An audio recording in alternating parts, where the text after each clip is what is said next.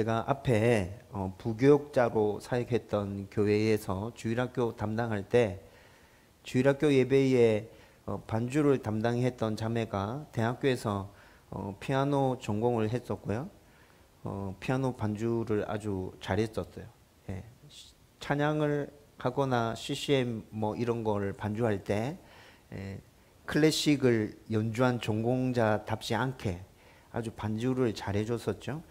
그런데 이 자매가 어느 날 저한테 찾아와서 아주 진지하게 자신의 진로에 대해서 질문을 했었습니다. 목사님, 제가 아주 오랫동안 제 진로에 대해서 기도하고 있는데 어떻게 해야 될지 분명하게 잘 모르겠어요. 그래서 목사님한테 물어보러 왔어요 하면서 저한테 질문했던 요지가 유학을 가야 하는지 아니면 한국에서 대학원에 진학해서 공부를 계속 이어가야 하는지 결정하기가 너무 어렵다는 것이에요. 그래서 저한테 어떻게 하면 좋을까요? 이렇게 물었어요. 그 당시 자매의 피아노 실력이 어느 정도인지는 제가 잘 알 수 없었어요. 찬양할 때 찬양 반주하는 거, CCM 반주하는 거는 굉장히 잘하구나 느낄 수 있었지만 클래식을 연주하는 그 피아노 전공자의 연주로서는 얼마나 잘하는지 제가 알 수 없었죠. 그런데 그 자매의 부모가 어떤 분인지는 알고 있었고 또 그 자매의 가정 형편이 어떤지도 알고 있었고 그 자매의 성품이 어떤지도 알고 있었어요.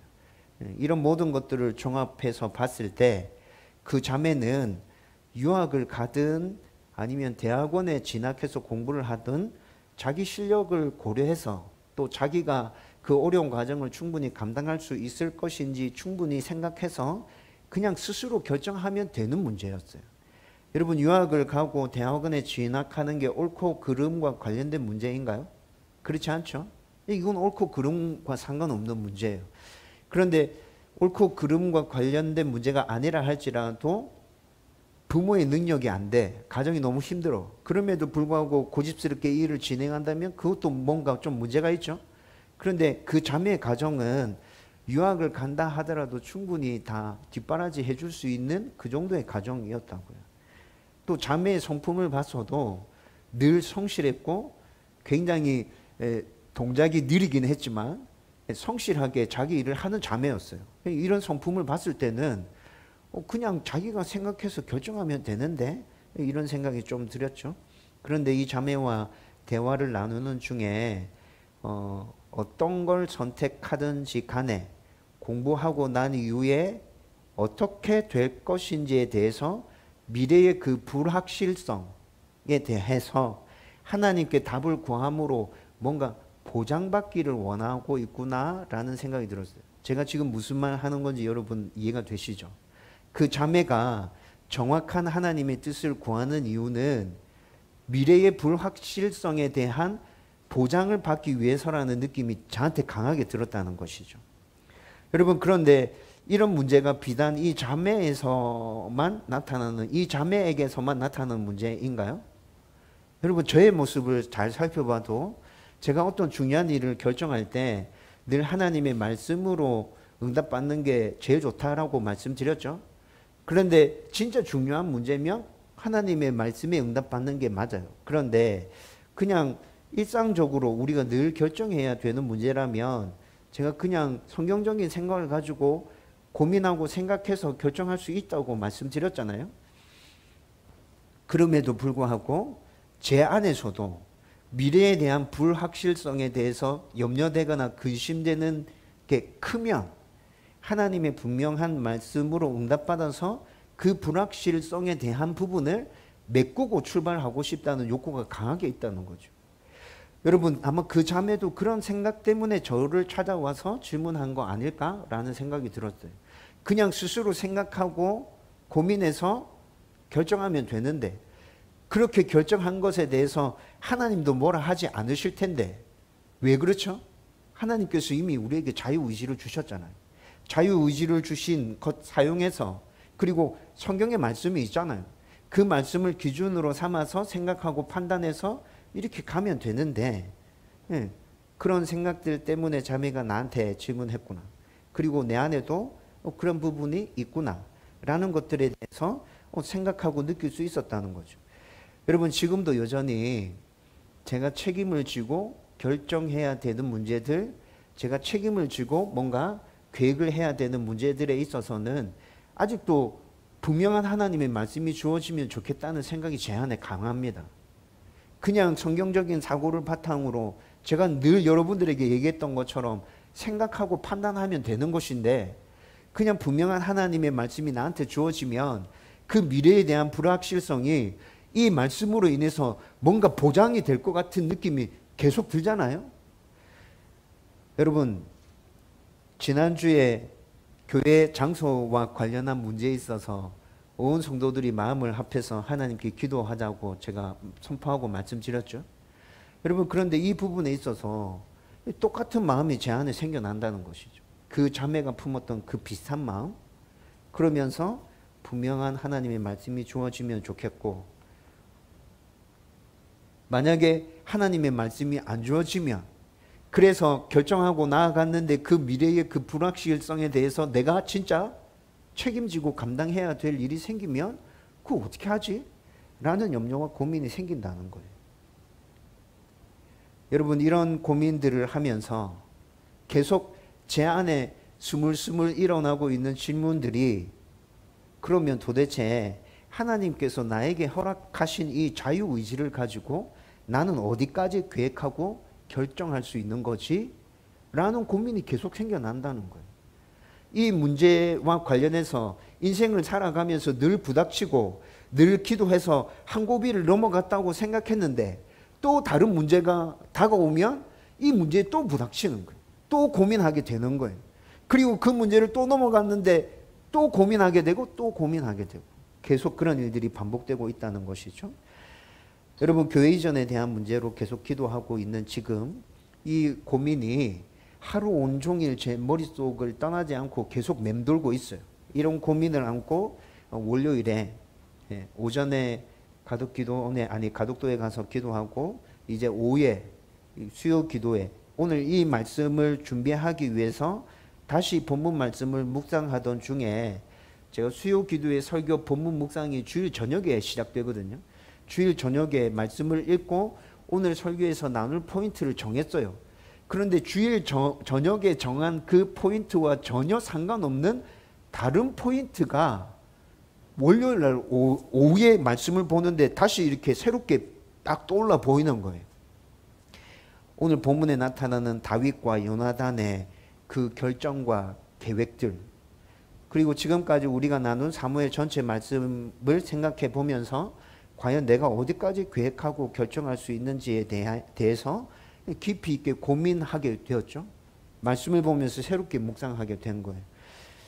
지난 주일 우리는 교회 이전의 문제를 놓고 온 교회가 함께 기도하기로 결정했기 때문에, 오늘 이 말씀을 가지고 우리가 어디까지 계획하고 결정할 수 있는지와 관련해서 하나님의 뜻에 온전히 순종하려고 하는 우리의 마음을 담아서 이 말씀을 함께 진지하게 고민해 보는 것은 아주 의미 있는 일이라는 생각이 듭니다. 오늘 말씀을 나누면서 우리가 당면한 중요한 문제에 대해서 어떻게 결정하고 계획을 세워서 진행해 가는 것이 하나님의 뜻에 온전하게 순종하는 것인지 다시 확인할 수 있기를 주님의 이름으로 축원드립니다. 여러분, 오늘 우리가 읽은 본문 말씀은 다윗에 대한 사울의 마음을 확인해서 그것을 효과적으로 어떻게 전해줄 것인지에 대한 계획을 정하고 있는 이야기를 오늘 우리가 함께 읽었죠. 지난주 우리가 읽었던 말씀 10절 보면, 지난주에 10절 말씀에 이런 이야기들이 있었어요. 다윗은 요나단에게 네가 아버지의 마음을 알아서 나에게 전해주려고 할지라도 아버지 사울 왕은 이미 네랑 내가 친한 친구 사이라는 것을 알고 있고 네가 나한테 그런 소식들을 전해준다는 걸 알고 있어서 아마 너의 발을 꽁꽁 묶어 놓을 거야. 너랑 나랑 만나지 못하도록 이렇게 딱 담을 쳐놓을 거야. 그런데 그렇게 되면 네가 너의 아버지의 마음을 알았다 하더라도 그 소식을 나한테 어떻게 전해줄 건데, 지난주 10절 말씀에서 다윗이 요나단에게 이렇게 질문했어요. 이 질문에 대해서 요나단은 다윗을 들판으로 데리고 가서 둘만 알 수 있도록 아주 은밀하게 소식을 전달해 줄 수 있는 방법을 정하고 언약을 다시 맺고 있죠. 여러분 이를 좀 자세히 살펴보면 초하룻날 식사에 초하룻날 한 달에 첫 시작하는 날 유대인들은 온 가족이 저녁에 함께 모여서 식사를 하는 풍습이 있었거든요. 그 식사 자리에 일부러 다윗이 참석하지 않으므로 사울이 다윗에 대한 처분을 어떻게 결정했는지 확인을 한 후에 화살을 쏘아서 이걸 정확하게 소식을 전해주기로 한 것이죠. 이 계획을 차질 없이 진행하기 위해서 오늘 18절 말씀을 보면 요나단은 내 아버지 사울이 처음으로 너를 죽이려 했을 때 네가 피해서 숨었던 곳 있잖아. 거기 가서 숨어 있어. 그러면 내가 3일 동안 아버지의 마음이 어떤 건지 정확하게 파악하고 난 다음에 그 근처에 화살을 쏘는 듯, 화살 쏘는 훈련을 하는 듯 해서 내가 화살을 쏠 거야. 그렇게 해서 정확하게 아버지의 마음이 어떻는지 내가 너에게 전달해 줄게. 그러니까 너는 그곳에 가서 미리 숨어 있으면 돼. 지금 요나단이 다윗에게 이렇게 얘기해 주고 있다는 거죠. 그리고 21절 말씀을 보면 요나단이 화살을 쏘고 화살을 주우러 가는 종에게 보라, 화살이 내 이쪽에 있으니 가져오라 라고 하면 사울 왕이 다윗을 죽이려는 의도가 전혀 없고 다시 왕궁으로 돌아와도 된다는 신호로 정했습니다. 여러분 이 말씀을 히브리어로 살펴보면 요나단은 일부러 관역에 훨씬 못 미치게 화살을 쏘아서 관역 근처에서 화살을 가져다 주기 위해서 기다리고 있는 그 종에게 화살이 관역보다 훨씬 앞쪽에 떨어져 있어. 그러니까 나 쪽으로 당겨와서 그 화살을 주워와. 요나단이 종에게 지금 이렇게 외친다는 것이죠. 그러면 다시 돌아와도 된다라는 사인인 거예요. 여러분 이 말이 무슨 말이냐면 여러분 화살을 주우러 오는 종이 요나단에게 가까이 다가오는 것처럼 너가 사울 왕에게로 다시 돌아와도 돼 라는 의미를 담고 있다는 거죠. 반대로 22절의 말씀을 보면 사울 왕이 다윗을 죽이려고 작정했을 때는 보라 화살이 내 앞쪽에 있으니 라고 말할 것인데 그러면 사울 왕을 피해서 너는 멀리 도망가야 돼 라는 신호로 정했다는 것입니다. 그리고 이 말씀도 히브리어로 살펴보면 요나단이 일부러 화살을 관역보다 훨씬 멀게 쏘아서 관역을 훨씬 지나치게 화살을 쏘아서 관역 근처에서 이제 화살을 주워 오기 위해서 기다리고 있는 종에게 관역 뒤쪽으로 화살이 날아갔어. 관역 뒤에 가서 화살을 주워와 라고 말할 것인데 이 말의 의미는 뭐냐면 화살을 주우러 가는 종이 요나단에서 계속 멀리 떨어져 가는 거죠. 이처럼 뒤로 돌아보지 말고 사울 왕에서 떠나가라 라는 의미를 담아서 이렇게 작전을 짠 거예요. 여러분 이렇게 구체적이면서도 분명하게 둘만 알 수 있는 신호를 정해서 사울의 의중이 어떤 것인지 알려주기로 정했는데 여러분 오늘 말씀만 딱 놓고 보면 화살이 어디에 떨어지느냐에 따라서 다윗의 앞길이 갈라지는 거예요. 관역보다 앞쪽에 떨어지면 다윗은 돌아오면 되고 관역보다 훨씬 뒤쪽에 떨어지면 다윗은 이제 사울 곁을 떠나서 멀리 도망가야 되는 거예요. 그렇죠? 오늘 나타나는 말씀에서만 보면 화살이 떨어지는 위치에 따라서 다윗의 앞날이 달라져. 그러나 좀 더 깊이 들여다보면 화살이 떨어지는 위치에 따라서 다윗의 길이 갈라지는 것이 아니라 화살이 떨어지는 위치는 결정된 일에 대해서 알려주는 신호일 뿐이고 진짜는 다윗의 길은 이미 하나님께서 정해 놓으셨다는 것입니다. 여러분 다윗과 요나단은 이 사실을 너무나도 잘 알고 있었어요. 그래서 이들이 계획을 세우고 결정한 것은 이 믿음 위에서 계획을 세우고 결정한 것이었어요. 여러분 오늘 우리가 읽은 말씀에서 이런 모습이 계속 분명하게 드러나고 있었거든요. 여러분 21절 말씀을 보면 요나단이 사울 왕이 다윗을 죽일 의도가 없다고 파악된다면 다시 돌아와도 된다라는 이 신호를 보내주면서 이렇게 얘기합니다. 여호와께서 살아계심을 두고 맹세하노니 네가 평안 무사할 것이요. 이렇게 얘기하죠. 여러분 이 말이 무슨 말이에요? 이 말은 다시 돌아오면 어떤 상황 가운데 들어간다 할지라도 하나님께서 너를 지키고 보호할 거야. 다시 돌아왔을 때 설사 내 아버지가 너를 또 죽이려 한다 할지라도 하나님께서 너를 보호해 주실 거야. 여러분 지금 이렇게 선언했어요. 22절 말씀을 보면 만약에 도망가야 되는 상황이라면 이렇게 얘기합니다. 여호와께서 너를 보내셨음이니라. 여러분 이 말은 무슨 말이에요? 만약에 아버지가 너를 진짜 죽이려고 해서 그것 때문에 네가 도망가는 것이라면 사울에게서 도망가는 것은 신하의 도리를 저버린 불충이 아니고 개인적인 생각에 따라서 유불리를 따져서 스스로 판단하고 결정한 것이 아니고 하나님의 인도하심에 따른 순종이다. 그러니까 너는 염려하지 마라. 걱정하지 마라. 그냥 편한 마음으로 떠나가라. 지금 이 얘기를 하고 있는 거예요. 그리고 23절 말씀 보세요. 23절 말씀은 지금 이 일과 관련한 다윗과 요나단의 모든 계획과 결정들을 종합해서 이렇게 얘기합니다. 여호와께서 너와 나 사이에 영원토록 계시느니라. 다윗과 요나단의 모든 계획과 결정은 하나님의 계획과 섭리에 순종하면서 그분의 인도에 따르는 것이고 반드시 지켜져야 하는 언약이라는 것을 이렇게 말하고 있는 것이에요. 여러분 지금 제가 설명해 드린 것만 보면 다윗과 요나단은 자신의 모든 결정과 계획 가운데 하나님이 역사하고 있다고 분명히 확신을 가지고 지금 움직이고 있죠. 그런데 다윗과 요나단은 자신들이 계획을 세우고 결정한 일에 대해서 하나님의 계획과 섭리 안에 있고 그분의 인도하심에 순종하는 것이라고 어떻게 이렇게 분명하게 확신을 가지고 움직일 수 있죠? 도대체 얘들은 무슨 생각하고 있지? 얘들 안에 들어있는 게 도대체 뭐야? 여러분 궁금해지지 않나요? 오늘 말씀에 나타난 다윗과 요나단이 세운 계획은 하나님께서 이들에게 분명하게 말씀해 주신 게 아니에요. 말씀해 주신 게 아니라 성경적인 사고를 바탕으로 해서 자기들이 스스로 생각해서 결정한 것들이에요. 그럼에도 불구하고 굉장히 분명한 확신을 가지고 움직이고 있다는 것이죠. 여러분 우리 인생을 살펴봐도 인생을 살아가다 보면 화살이 어디에 떨어지느냐에 따라서 인생의 길이 갈려지는 경우가 굉장히 많습니다. 그래서 우리는 화살이 떨어지는 위치에 아주 민감하게 반응하죠.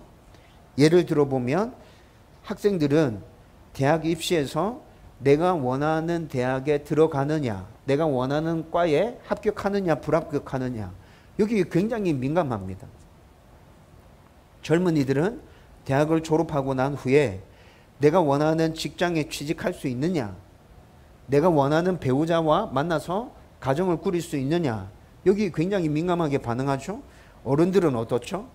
가정과 자녀와 생업과 관련해서 결정해야 될 수많은 일들이 당면에서 막 이렇게 다가올 때 그 여러 가지 결정을 어떻게 하느냐에 따라서 우리의 인생길이 크게 달라지는데, 그래서 이런 것들과 관련해서 결정할 때는 굉장히 예민해지잖아요.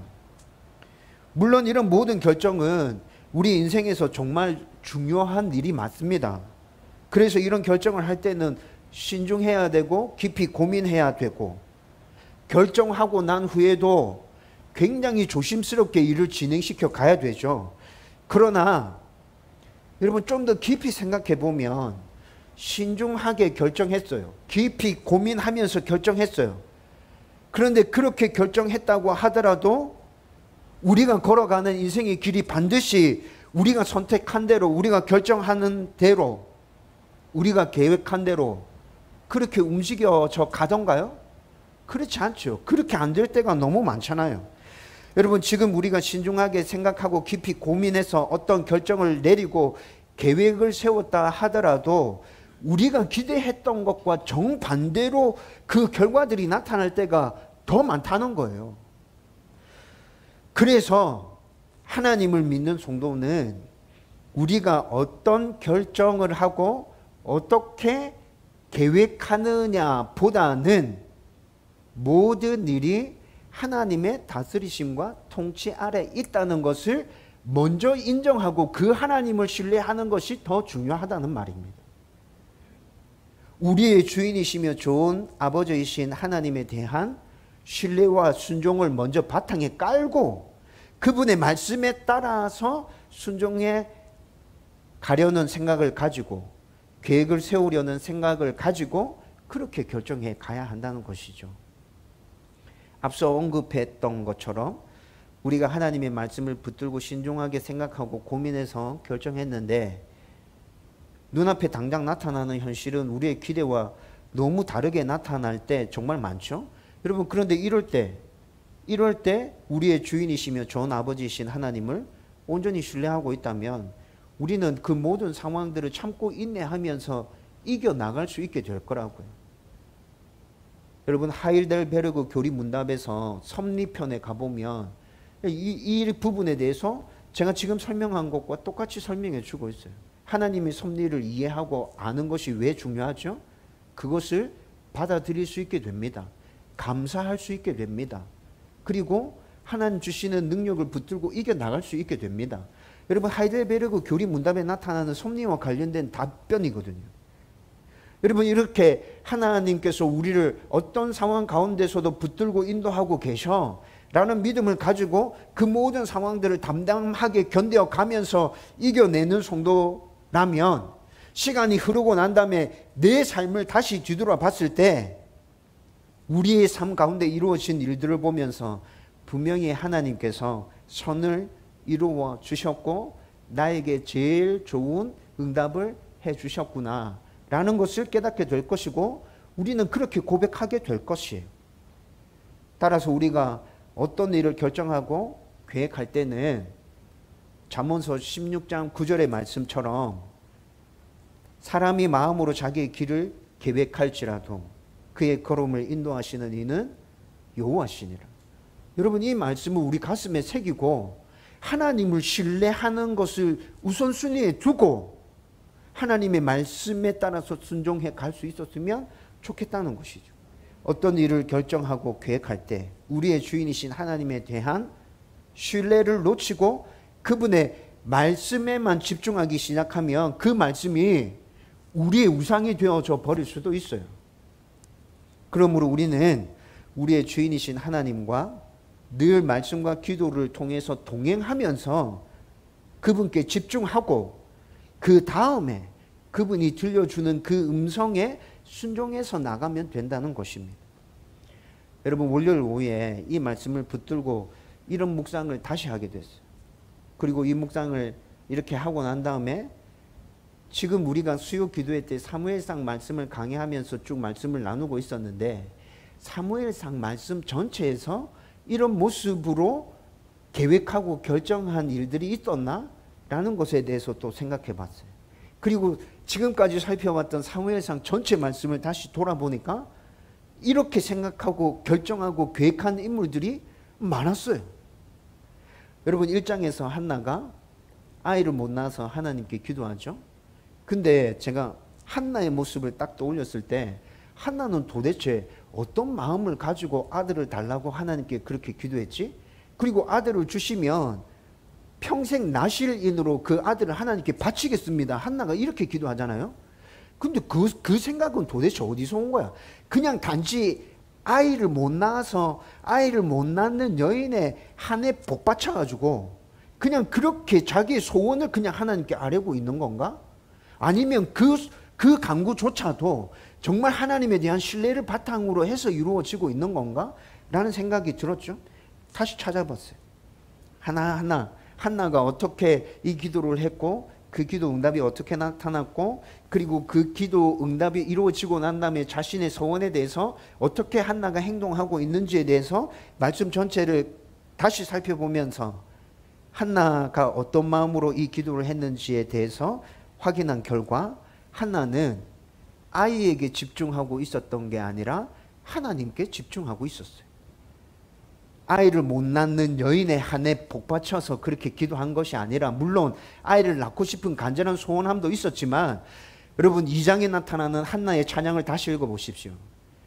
여러분 2장 후반부에 한나가 사무엘을 낳고 난 다음에 사무엘이 어느 정도 자랐을 때 나실인으로 성전에 바쳐질 때 한나의 행동을 다시 한번 살펴보십시오. 한나의 포커스가 지금 어디에 가 있는지. 한나는 하나님께 집중하고 있었어요. 여러분 14장 말씀에 가보면 요나단이 블레셋을 치러 올라갈 때 블레셋 군사들이 올라오라 하면 하나님께서 그들을 나에게 붙이신 곳으로 내가 받아들일 것이고 기다리라 우리가 내려갈게 라고 말하면 우리는 그냥 기다리고 있어야 된다. 여러분 요나단이 이렇게 하나님의 표징에 대해서 스스로 결정하고 난 다음에 블레셋 군사에게 나아가고 있죠. 여러분 도대체 요나단은 어떻게 이런 결정을 하고 이렇게 표징을 스스로 정하고 나아갈 수 있었지? 여러분 요나단이 이 전쟁에서 승리하고 난 다음에 자기 스스로 높아지고 싶은 마음에서 이런 결단을 하고 이런 표징이 나타나면 나는 올라갈 거야 결단하고 올라간 것인가요?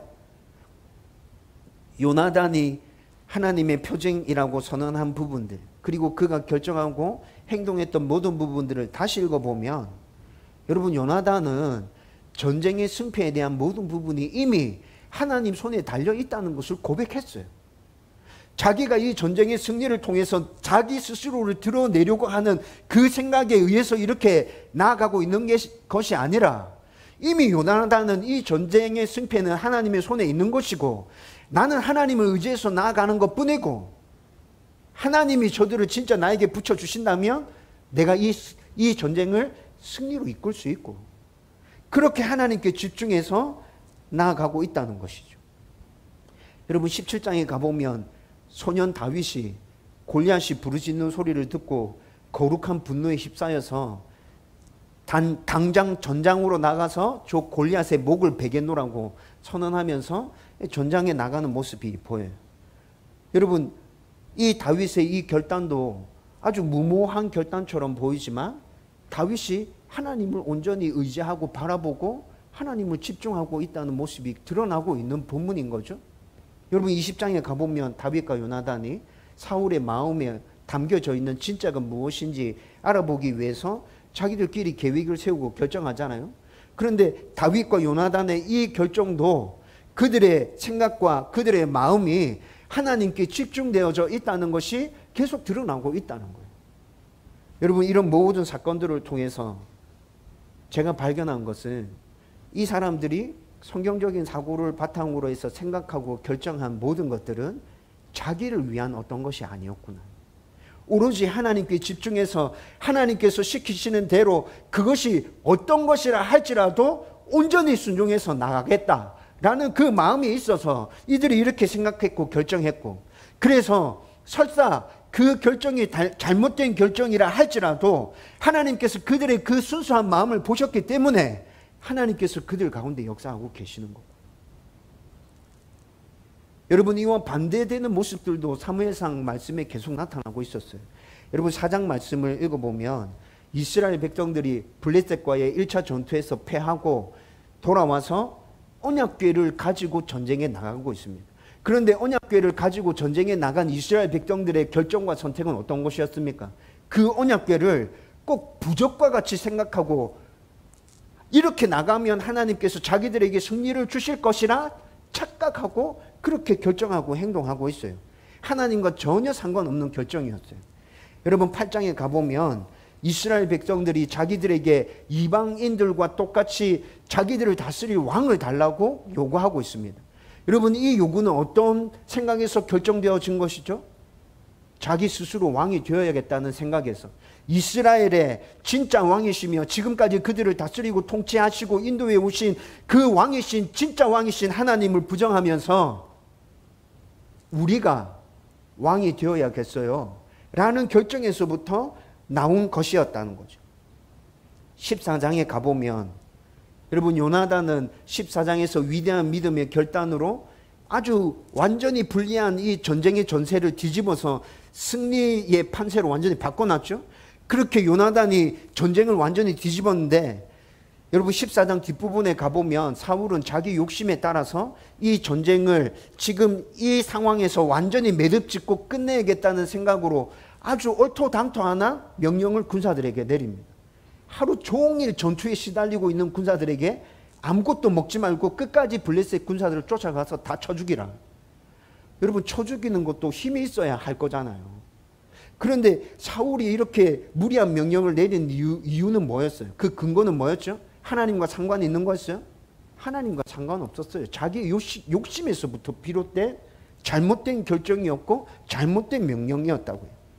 15장에 가보면 아말렉을 진멸하라는 하나님의 명령에 대해서 사울이 불순종하고 좋은 것은 다 살려두고 남겨두는 결정을 그가 스스로 했습니다.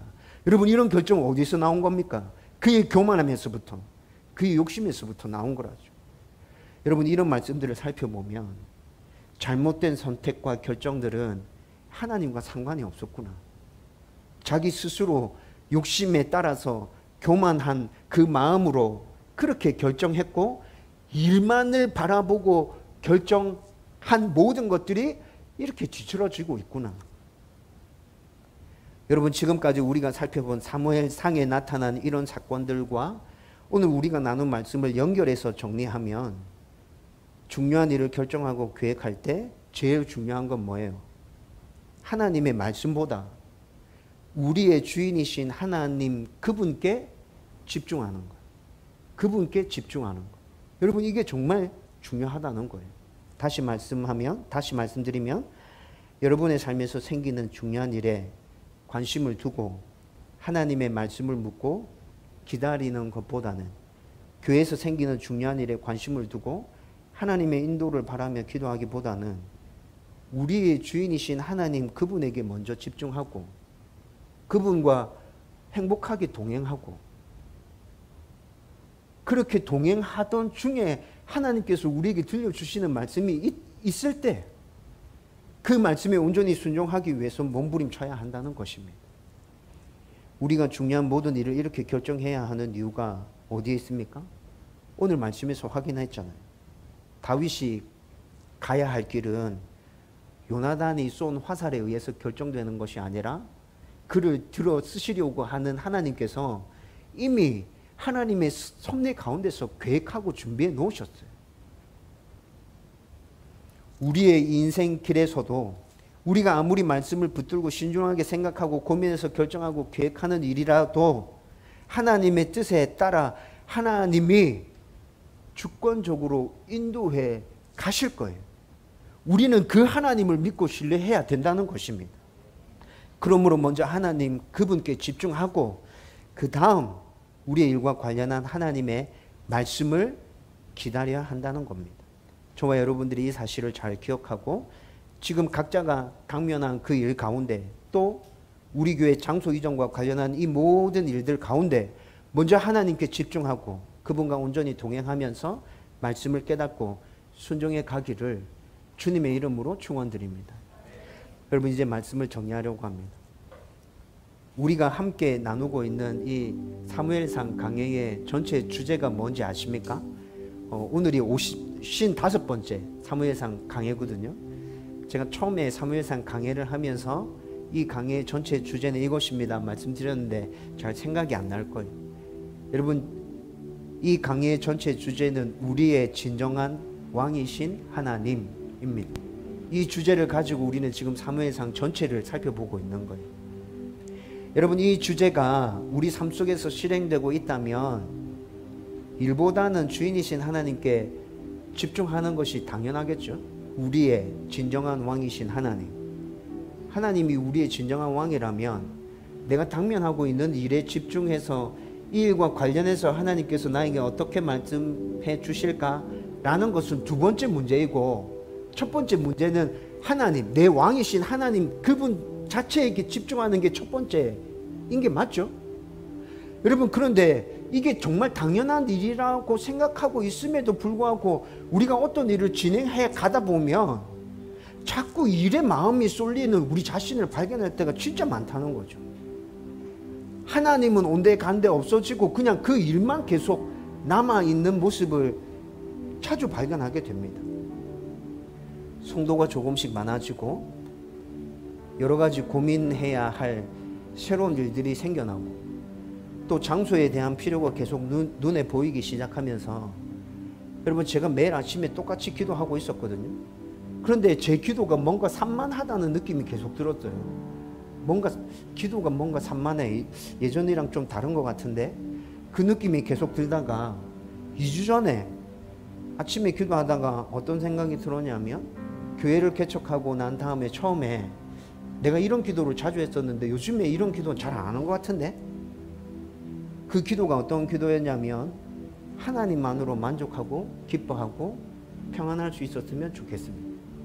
우리 교회 상황이 어떻게 되든지 간에 하나님께 집중하고 그 하나님 때문에 기쁘고 즐겁고 행복하고 평안했으면 좋겠어요. 하나님 힘들더라도 내 안에 그런 기쁨이 넘쳐났으면 좋겠어요. 우리 교회가 크고 부흥해 가더라도 그 상황에 따라 흔들리지 않고 내 안에 하나님에 대한 그 기쁨이 있었으면 좋겠어요. 그러면 내 목회가 어떻게 변해간다 할지라도 평생 좋은 목회자로 하나님 앞에서 행복하게 목회할 수 있을 것 같아요. 처음에 개척할 때 이런 기도를 자주 했던 것 같은데 요즘에 이런 기도를 잘 안 하는 것 같네. 여러분 이런 생각이 들었어요. 2주 전부터 제 기도가 달라졌죠. 하나님께 집중할 수 있도록 해주십시오. 상황에 관련된 문제는 하나님 두 번째인 거잖아요. 그렇죠. 하나님 두 번째인 거잖아요. 하나님께 집중하게 해주십시오. 내 눈앞에 문제가 어떻게 펼쳐지든지 간에 그것에 요동하지 않고 그냥 내 주인이신 하나님, 우리 교회 주인이신 하나님, 나의 왕이신 그 하나님께 집중할 수 있도록 해주십시오. 그 하나님 때문에 내가 기쁘고 평안했으면 좋겠어요. 교회가 내가 생각한 대로 잘 커져가지 않는다 하더라도 그 하나님 때문에 내 안에 평안함이 넘쳐났으면 좋겠어요. 여러분 2주 전부터 다시 이런 기도를 회복해서 기도하고 있는 중에 있습니다. 여러분도 이렇게 같이 기도했으면 좋겠어요. 여러분이 당면하고 있는 그 문제에 대해서 그 문제는 두 번째이고 첫 번째 하나님께 집중하게 해주십시오. 그 하나님 때문에 기쁘고 즐겁게 해주십시오. 그 하나님께서 나에게 들려주시는 말씀 듣고 온전히 순종하게 해주십시오. 저와 여러분들이 똑같은 마음으로 이렇게 기도하고 있다면 우리는 분명히 하나님의 인도를 받고 하나님의 말씀에 온전히 순종하면서 이 땅 가운데서 하나님의 나라를 세워가고 하나님의 영광을 선포하는 주님의 백성들 맞습니다. 그런 백성 되기를 주님의 이름으로 축원합니다.